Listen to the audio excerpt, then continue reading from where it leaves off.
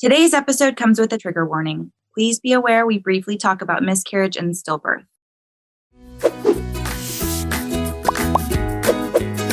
Hello, I'm Liz Swenson. And I'm Shauna Lander. We're both moms. And we were both sucker punched in the face by motherhood. Right, but in different ways. And more importantly, we've lived to tell the tale. So now we want to help other new moms through that really sweet, really hard, really funny first year of new motherhood. Welcome to Surviving Baby.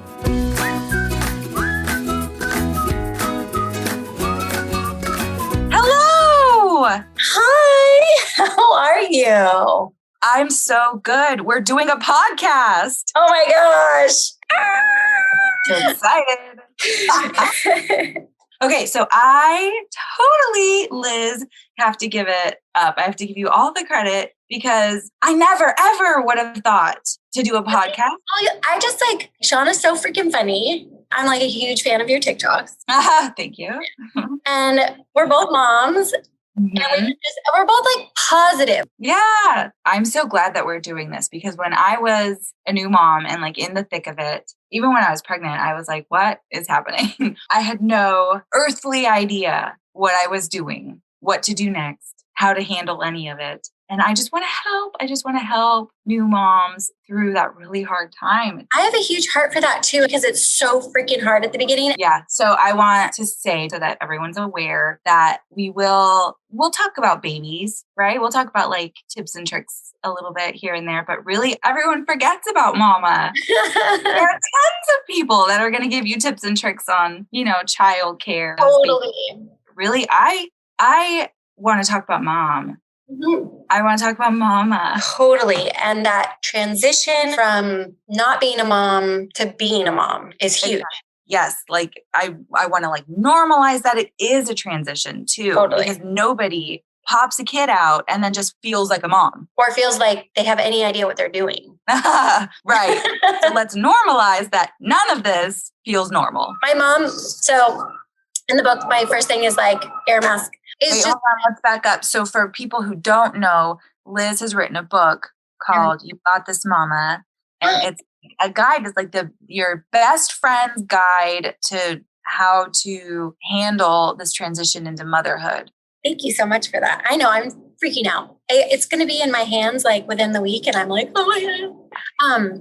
Anyway, so the beginning of the book starts with rule number 1, put on your air mask and lower. Yeah. Rule number 2, lower your expectations. Well, that's lovely and wonderful. And the reason the air mask thing is there is my mom always said that on an airplane. What do they always tell you to do, Liz? They say, put it on yourself so you can help others. I think women, no matter what you're in, even if you're just in a relationship, we're just caretakers. I think that a lot of the time, yeah. A lot of the time, yeah, obviously not all the time. But that's kind of just a natural thing that I think women fall into is wanting to care so much for another person that they lose themselves or forget to care for themselves. And so, yeah, when motherhood hit, that thing my mom always said was just oh my gosh, put on your air mask and then you can, that's how you survive. Yeah. Love yourself. Lower your expectations. Fill your own cup. Fill your own cup. Yep. Well, I didn't have anything like that. My mom, she might have said something like that to me, but that sort of care for self was not modeled to me, for at all. Any of the women in my life, nobody. It was always, care for other. And even if you don't take that on consciously, it doesn't matter. You fall into that same routine when it's your life. Maybe it is because it's so freaking hard at the beginning. You're oh my God, my life is over and everything is different and everything that was normal is not normal. Yeah. Even who you are changes. It's gnarly. It's gnarly. Everything changes. So we'll get into that. Okay. Are you ready to get to it? Ready to do it. Okay. Okay. So our topic of the day is pregnancy. Okay, so my pregnancy. How'd you find out? What was your reaction? What was that whole I'm pregnant experience for you? Oh my gosh. This is so fun to relive. So we were not preventing it. Okay, we were not preventing it. I was trying. my husband, John, we had talked about like, let's have a baby. Mm-hmm. And then I was the one that said, okay, but I don't want to like put pressure on it. So like, if it happens, it happens. Mm-hmm. And he was like, okay, cool. But then I was like, what does my cervical mucus look like right now? What's the position of my cervix? And then I started tracking my cycle. Like I'm very regular. I was just like, it's time to have a baby. Let's do this. So it took a couple of months. It's nothing. No, I know. I got pregnant really fast. So once I started paying attention to the cycle, the next month I saw like all the repeat symptoms again. And I was like, yep, I'm on track. Yep. And so we had a ton of sex.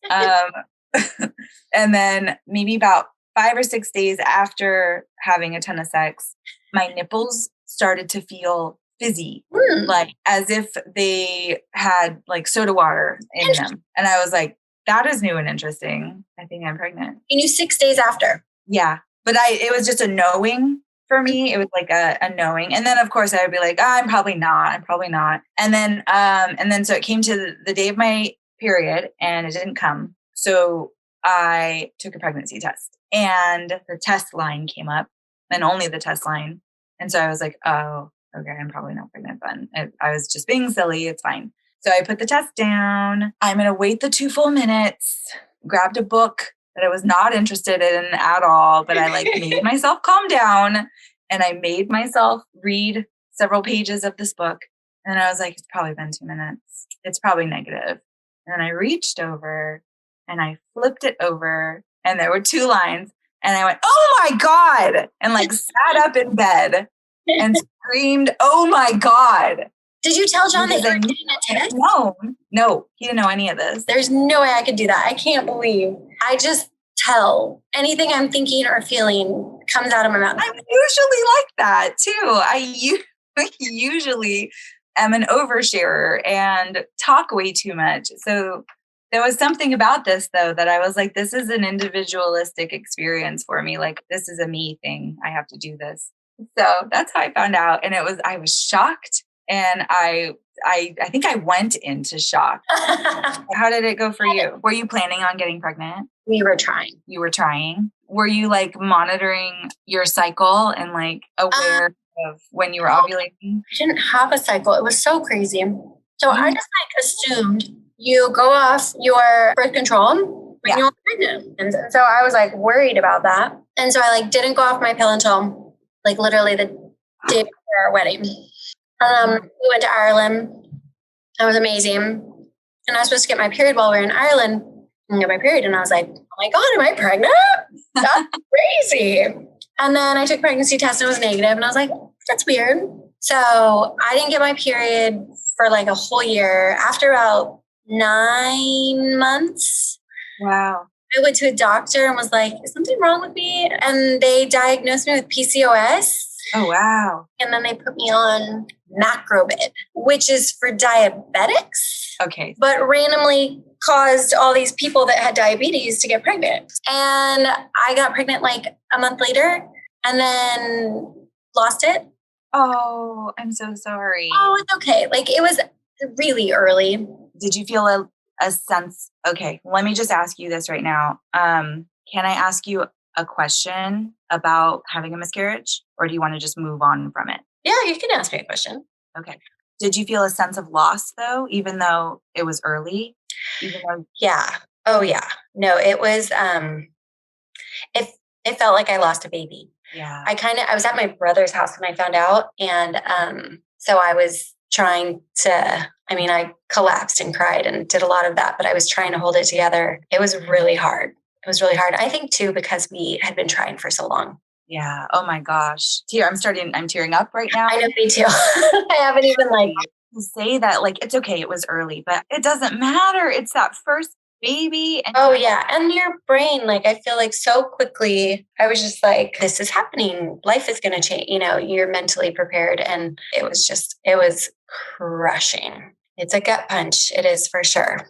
But, onward and onward. I love your heart. Actually found out on April Fool's Day. Not like ironic. Wow. I'm pregnant on April Fool's Day. So it is sort of kind of cruel. You got me, universe. You got me. Good one. I think my body was just, getting used to it all and gearing up. And anyway, they like put me on birth control pill again and then put me on this stuff again. And I was like, I am pregnant. I know I'm pregnant. Like, I feel it. I'm pregnant. And I went to the doctor and they were like, you're not pregnant. And I just lost it. And I was just like, everything's it's hard. Oh God, I was so devastated.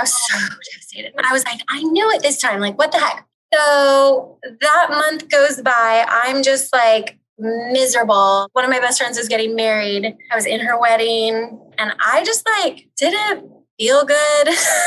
And she looked at me on the day of her wedding because I was changing into my dress and she goes, oh, you're pregnant. And I was like, why would you say that? And she's like, that's a good movie. She's like, your nipples. And she goes, no, take a test. And I was like, cool, because I'm not pregnant and I'm not gonna, I know I'm not pregnant. I have a great egg right now. Anyway, I was pregnant. They were wrong? They were wrong. They missed. Oh my God. The roller coaster, Liz. I know. So then I was like, you're supposed to wait till you're like 8 weeks. So then I thought I got pregnant later. So by the time I finally went in, I was like 11 weeks. And I was like, oh, like we're going, like we're almost to the safe zone. Like what? And so, it was kind of crazy. That is crazy. That honestly, this could be a movie. Like we could write a movie based off of your story. I feel like, no, I don't like that idea. Let's not do that. I'm seeing this how I'm seeing this. It's a movie.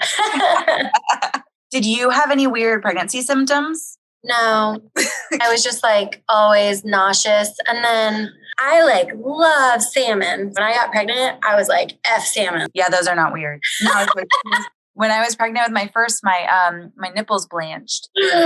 They were like flesh color, like whiter than flesh colored. It didn't stick. But I was like, what? I would have called my mom crying, like, Mom, my nipples are gone. They're disappearing. I don't know what's happening. It's a weird symptom. It's not a thing that's common. I've never heard of that. No, it's not a thing. That's a really good weird symptom. God, I don't have anything good like that. I just like wanted to eat fruit. Oh, also my armpits smelled like sperm. Like spunk, like jizz. Oh my God. So no nausea, but jizz smells like. How what? Jizz smells like how? What does it smell like?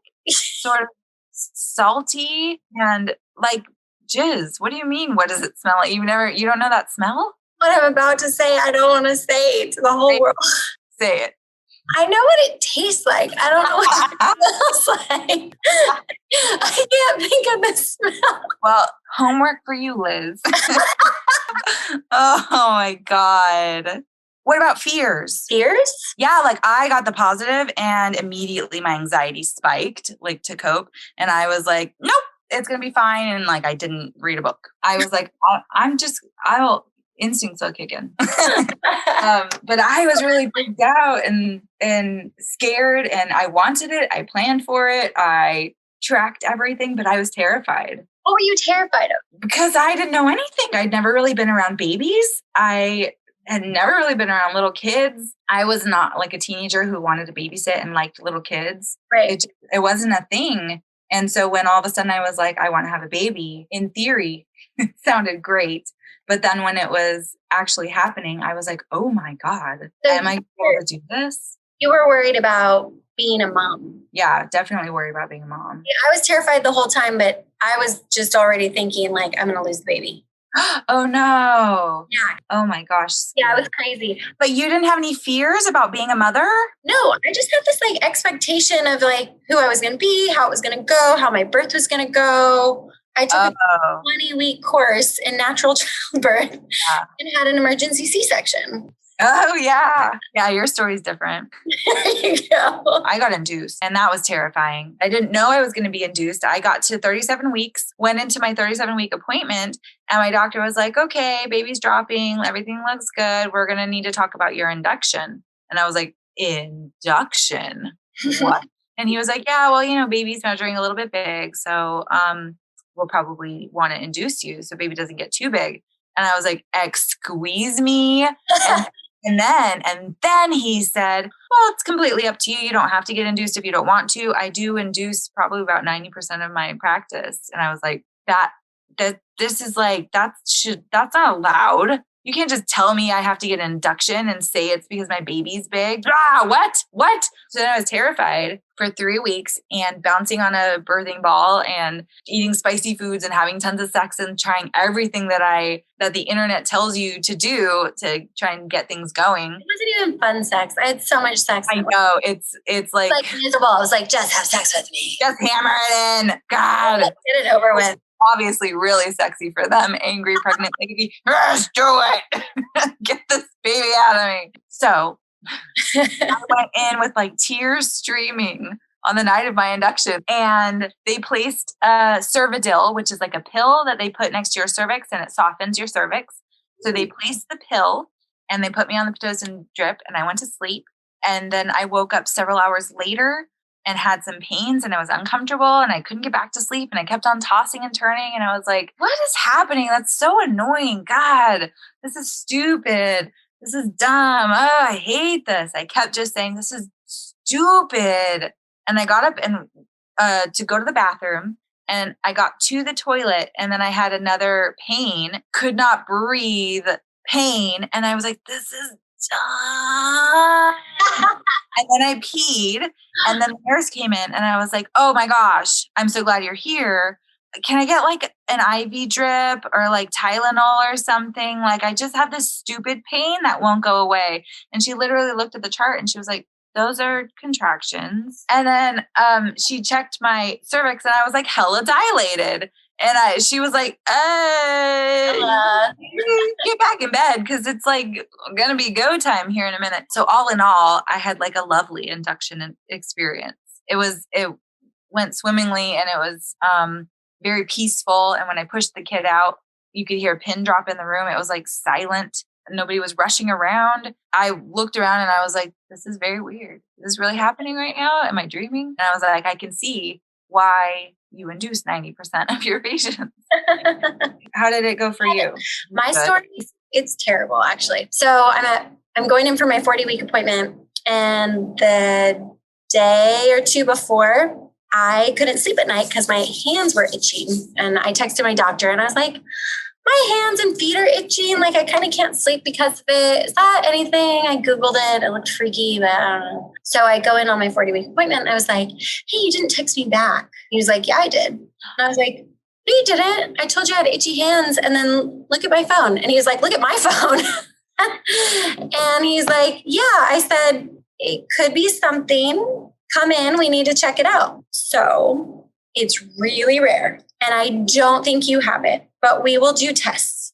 There's 2 tests. The first test is just going to see if your liver is under distress. And then the second test is an actual diagnosis. The problem is the second one won't come back for, I think it was like 6 days. And I was like, what are the consequences? And he's like, again, it's very rare. And I'm sure you don't have it, but it causes late-term fetal termination. And I was like, I'm sorry, what'd you just say? Oh my God. Take him out. Get him out. And he's After like, 9 months of being terrified that you were going to lose your baby. And he goes, you want a natural birth and I want to respect that. And I was like, you just have fetal termination. I want you to take him out right now. Can I have a C-section right now? And he goes, oh, sweetie, this is Orange County. We could have done it a week ago. And I was like, okay. So I went home and I was like, we have to go to the hospital. I have something that kills the baby. God. I was induced before I had a C-section for 24 hours. Did you do the balloon thing? No, I had Pitocin. I had a Pitocin drip. Didn't work. Balloon thing didn't work. I was so focused on my stupid natural birth. Yeah. I had them because I'm dumb and a control freak. I had them put a pump on me for 24 hours to try to induce naturally with the nipple stimulation. Because you wanted to labor. By the time, yes. And hours of pumping your breasts. And at the wrong setting, they were raw. And when I went to feed my baby when he was there, I just cried. It was so painful. Liz, that's insane. It was so dumb. You gave it the old college try. So after like 24 hours, we got back the first test and it was like, my liver is stressed out. And so that's like the warning sign. And he was like, this isn't definitive, but it's not looking good. And you're not dilated at all. I was like, after 24 hours of nipple and the balloon and the Pitocin, I was so miserable. And I was like, let's do it. And he's like, are you sure? Are you sure? Are you sure? And I was like, yeah, I'm sure. Like, let's do it. And then I found out when True was 5 days old that I had, it's called ICP, and it causes late-term fetal termination. And it's like, it happens during childbirth. Like, it's so bad. Like, it's literally like stillbirth. Gnarly. Oh, that's so sad. I was so full of hormones when I had a 5-day-old, and I was like, I can't believe I risked it for 24 hours. Like, I was a mess, but he's fine. We're fine. It worked out. It all worked out. When you gave up control. Yeah. And same with me. When I gave up control of how my birthing experience would go. That's when I did the right thing. And went how it was supposed to go. Yep, totally. Is there anything that you wish that somebody would have told you? Lower your expectations. And then you have no fucking control. You need to let go of that. I feel like if someone had told me earlier, it could go in any direction and it's not up to you. I feel like I could have rolled with it a little bit better than I did. I will take it even one step further. I wish somebody would have said, not just let go of control, but the one thing that you can control is your own emotional state and how you're faring in all of this. Because if you stick tight, if you hold tight on to trying to control the situation and you don't just sort of like flop and let it all go and go with whatever is happening, you're going to drive yourself crazy with worry and anxiety and fear and feeling inadequate and feeling like an imposter. And speaking from complete experience because I hit all of these because I let go of no control. In retrospect, I can say this. I wish somebody would have been able to convince me to control my own emotional state. And you have to be aware of what you're feeling to know what you need. Yeah, you can manage your own emotional state if you're checked in to what is going on with you. If you're checked into, oh my God, I need a break, then you are able to advocate for yourself and say, darling, parenting partner, I need a break. Totally. Especially like the asking your partner, like I'm such a control freak that it makes me really, really uncomfortable to ask for help ever or with anything. And with Casey, we were kind of in a newer relationship. Like we'd been together. So 10 months when he proposed, 16 months when we were married. And so that was really big for me. Like that was a huge transition. And oh my goodness. Yeah, no, asking your partner for help, like it's like being vulnerable. Completely. So it all kind of like goes together. You're so right. Like don't control the nursery. Like don't make that your insane priority. Work on your like breathing and mental health and checking in with your heart and and being able to say it out loud. And even if you are the one that's feeling the need, like, you know that you need some like peace and quiet and to be able to check in and be like, I am consciously going to be putting this phone down so that I can take 5 minutes, 10 minutes, take a little bit of time to just like sit in the quiet and stare at the wall, because that's more refreshing than looking at Facebook or whatever it is. Yeah. Knowing what's going on with yourself is the first step to being able to like meet your own need. Yeah. Watching those emotions, watching those feelings, watching those thoughts without getting like triggered or pulled into them. It's so important. Somebody's got to care for mama. Somebody has to, or else mama's not going to be able to care for baby. You have to. And then, you know what? The other thing I wish somebody would have told me, or like I wish I would have figured it out. I figured it out later after the baby came, but I wish I would have figured it out during pregnancy because pregnancy would have been a lot easier, I think, is you need to have a sense of humor about this stuff. Yes. What you were going through is insane. There is no way for your regular person brain to process how crazy all of this is. Honestly, like you're just in it, feeling crazy. So if I would have been able to recognize how batshit crazy it all was and laugh at it, I mean, if you can laugh at it, you're like winning pregnancy. Yeah. And childbirth. Yeah. No. Like, imagine how much sweeter the experience would have been if you were just able to be like, oh my God, this is literally crazy. Totally. That's a good one. Motherhood has changed me. I mean, it's only slightly life-changing. Yeah, seriously.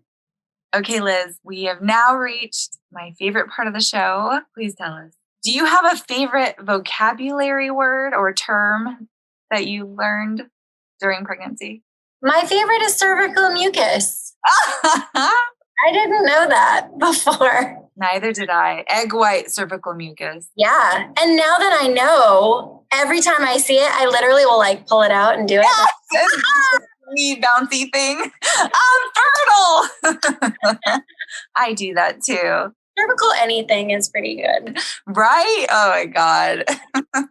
Okay, well, my favorite word is smegma. I have never heard of smegma. You've never heard smegma?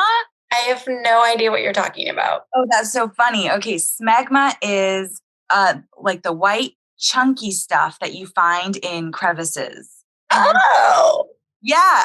And so babies come out and they have smegma like in their like armpits and stuff. And women get smegma. Men, I think, get it too. Like in our like labial folds, just in life in general. So it's not a pregnancy specific term, but it is pregnancy specific because baby comes out like white chunky stuff all over it. Smegma. You've really never heard it? I have never heard of this word. It's really fun. You must be clean then. Maybe I'm just dirty. You smell like smegma. Oh my God. I don't know if it has a smell. Smegma.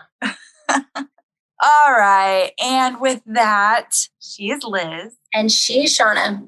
And we're both so excited to talk more surviving baby next week. And you can find Liz across all social media platforms. She's at Liz Swenson BFF. And her new book, which I'm so excited about for new mamas, it's called You Got This Mama, and it's available wherever books are sold. And Shauna is at Shauna the Mom across platforms, and she shares the most relatable comedy videos. So whenever you feel like crying, you can go laugh instead. Thank you for joining us for episode 1 of Surviving Baby. We'll see you next time. Bye. I had to use my hands. I'm like, ready.